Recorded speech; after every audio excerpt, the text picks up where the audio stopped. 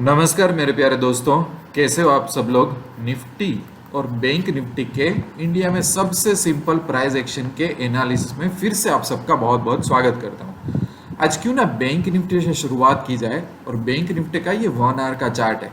ठीक है, आज बैंक निफ्टी ने नया हाई मारा 40,100 के ऊपर। ठीक है, अब मेरा कल का वीडियो आप जाके देखिए, प्लीज एक बार देख लीजिए। 20 अक्टूबर का कल का वीडियो, रात का 8 बजे का वीडियो जाके देख लीजिए। ये जो 2 दिन कंसोलिडेशन हो रहा था ना, तो मैंने कल के वीडियो में कुछ बात बोली थी कि जिस तरह की multiple 1 our candle bank Nifty में बनी हुई है और जिस तरह से उसने 39,300 को यहाँ पे होल्ड करके रखा हुआ है, जो क्लोजिंग दिया है, इस तरह से लग रहा है कि इसमें स्ट्रेंथ है, ऊपर के साइड ज़्यादा चांसेस है। और ऑलरेडी इसमें एक ही गैप था जो वो फिल कर चुका था। और मैंने बोला था कि जिस तरह के 39,300 को होल्ड करके रखा है, क्लोजिंग दिया है, तो वो अच्छी बात है। और मैंने बोला था कि बाय ऑन डिप्स हमारी स्ट्रेटेजी डायरेक्शनल ट्रेडिंग में हम कंटिन्यू करेंगे, इवन बैंक निफ्टी में भी। तो आज क्या हुआ देख लो आप।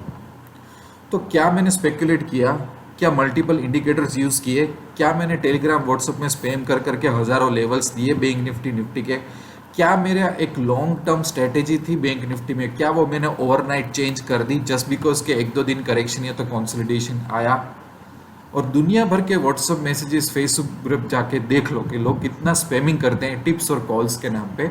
हालांकि सिंपल प्राइस एक्शन चार्ट में हमको दिखाई देता है।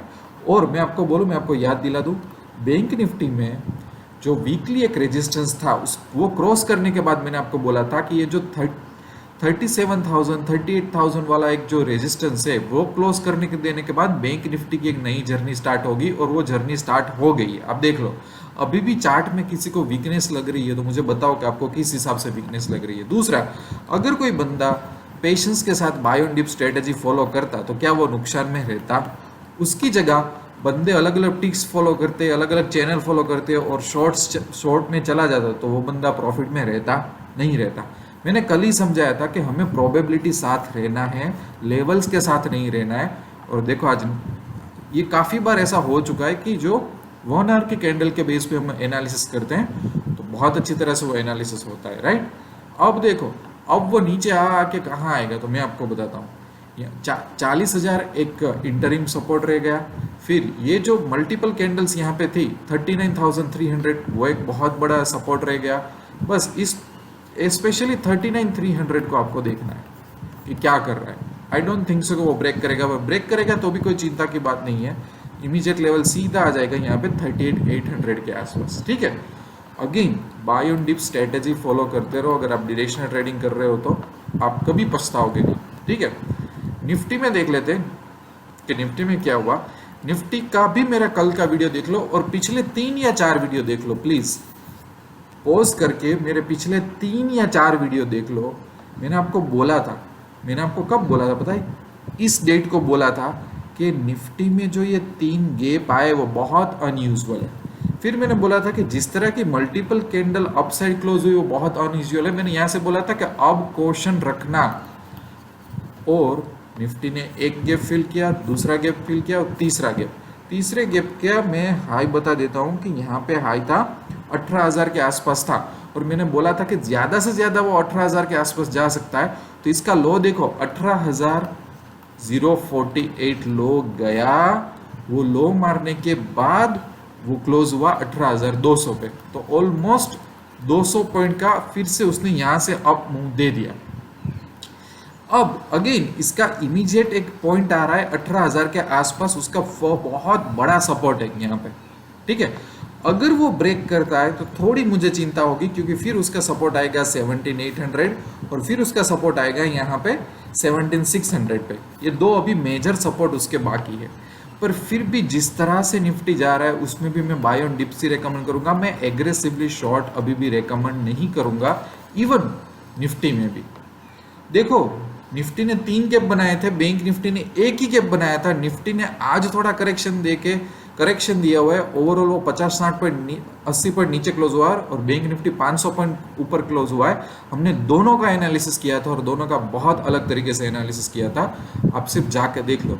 निफ्टी में ऑलरेडी अभी 1-2 दिन बाकी है, रेड कैंडल हो रही है, पर फिर भी अभी इतनी मेजर कुछ वरी की बात नहीं हो रही है जब तक वो मेजर सपोर्ट्स लेवल नहीं तोड़ता इमीडिएट बेसिस पे 18,000 और बाद में मैंने 2 लेवल आपको दे दिए, वो उसके लिए मेजर रहेंगे। बाद में हम देखेंगे कि उसको और नीचे जाना है कि नहीं जाना है, पर इमीडिएट बेसिस पे अभी कोई हमारा झुकाव नहीं रहेगा एग्रेसिव शॉर्टिंग की तरफ। दूसरा, 2 बैंकिंग के स्टॉक लेता हूं क्योंकि बैंकिंग में थोड़ी अनयूजुअल मूव आई है।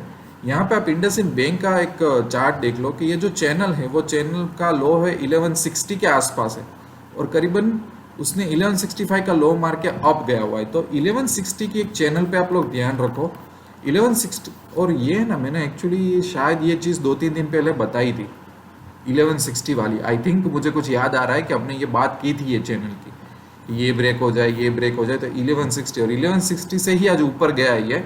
अभी भी 1160 का बहुत इंपॉर्टेंस है। अगर वो 1160 जाके टूटता नहीं है ज़्यादा तो फिर से आप बाय ऑन डिप्स उसमें कर सकते हो। बाकी उसका 1127 के आसपास सपोर्ट है, पर 1160 एक मेजर है तो उस पर भी एक ध्यान रखो इंडसइंड बैंक पे। और एसबीआई में कुछ अलग ही दिखने को मिल रहा है। एसबीआई में ये जो एक आध दिन पहले जो उसने हाई मारा था 506 समथिंग का, ठीक है, तो अगर वो 507 के ऊपर टिक जाता है तो एसबीआई की एक नई जर्नी स्टार्ट होगी। आप देख लेना वॉल्यूम के साथ, और ये एक बहुत बड़ा हाई भी क्रॉस करने जाएगा इसके बाद। और वही चीज़ बैंक निफ्टी में भी रिफ्लेक्ट हो रही है। और ये वीकली बेसिस पे देखो कितना एक स्टांस ग्राफ यहाँ पे रिप्रेजेंट हो रहा है। और ये जो पर्टिकुलर एक चैनल थी, ठीक है, ये वाली, ये तोड़ के किस तरह से अप गया हुआ है। तो 507 का लेवल देखो, 507 के ऊपर वो अच्छी तरह से स्टेबल हो रहा है तो पोजिशनल ट्रेडिंग भी कर सकते हो, इंट्राडे ट्रेडिंग भी कर सकते हो। और नए हाई के लिए भी एसबीआई में रेडी रहना। कुछ और बैंकिंग स्टॉक आप जो भी ले लो, कोटक महिंद्रा वगैरह ले लो, उसमें भी बाय एंड डिप्स करोगे आपको फायदा रहेगा क्योंकि पूरा बैंक निफ्टी एक साइड झुका हुआ अभी लग रहा है। मैंने बोला था कि 38,000 वाला बैंक निफ्टी में रेजिस्टेंस एक बार वो ऊपर की तरफ क्रॉस कर लेगा ना, बाद में बैंक निफ्टी की एक नई जर्नी स्टार्ट होगी। वो वीकली चार्ट पे आराम से हमको दिख रहा था। तो आई डोंट नो कि जो लोग लेवल्स प्रोवाइड कर रहे हैं, जो लोग मार्केट क्रैश होगा बोल रहा है, मार्केट ओवर वैल्यूड ऐसा बोल रहा है, आई डोंट नो कि वो पैसा कैसे कमा रहे हैं। अपने को तो प्राइस एक्शन पे ध्यान देना है। प्राइस एक्शन अपने को सब कुछ बताएगा। और अगर मैं रिस्क मैनेजमेंट के साथ अगर ट्रेड करता हूँ प्रॉपर स्टॉप लॉस वगैरह से, तो भले क्रैश होने से हो जाने दो मार्केट, मुझे कोई फर्क नहीं पड़ रहा है। देखो बार बार मैं इतना डीपली क्यों समझा रहा हूँ, बार बार छोटी छोटी चीज़ों पे मैं आपका क्यों ध्यान बटोर रहा हूँ, ताकि मैं आपको समझा रहा हूँ कि स्पेकुलेट करने की, प्रिडिक्ट करने की ज़रूरत नहीं है। Price action is everything. अगर आपको सिंपल तरीके से समझो तो आपको लेवल्स की भी ज़रूरत नहीं है, ठीक है। कोई भी क्वेश्चन हो तो मुझे ईमेल या व्हाट्सअप कर लेना। चीज़ों को अपनी लाइफ में सिंपल रखो, सिंपल तरीके से पैसा कमा सकते हैं। लॉन्ग टर्म के लिए इन्वेस्टमेंट में या तो कोई भी ट्रेडिंग में सक्सेसफुल होना है तो पैसा तो बनेगा कि वेबसाइट विजिट कर लो या तो एंड्रॉयड ऐप डाउनलोड कर लो। 1-1.5 लाख रुपए के कोर्सेज मैंने नए लोगों के लिए फ्री रखे हुए हैं, ठीक है, यहाँ से आपको मिल जाएंगे। और बाकी स्ट्रेटेजी स्पेसिफिक कोर्सेज और स्ट्रेटेजीज भी मैंने डाली हुई है। पर लॉन्ग टर्म अप्रोच के साथ अच्छी तरह से क्लियर माइंडसेट के साथ मेरे साथ जुड़ो तो ज़्यादा फायदा मिलेगा। एंड करते हैं आज का वीडियो। मिलते रहेंगे हम रोज़ रात को 8-9 बजे के आसपास। तब तक के लिए wish you lots of love and happiness. Thank you very much.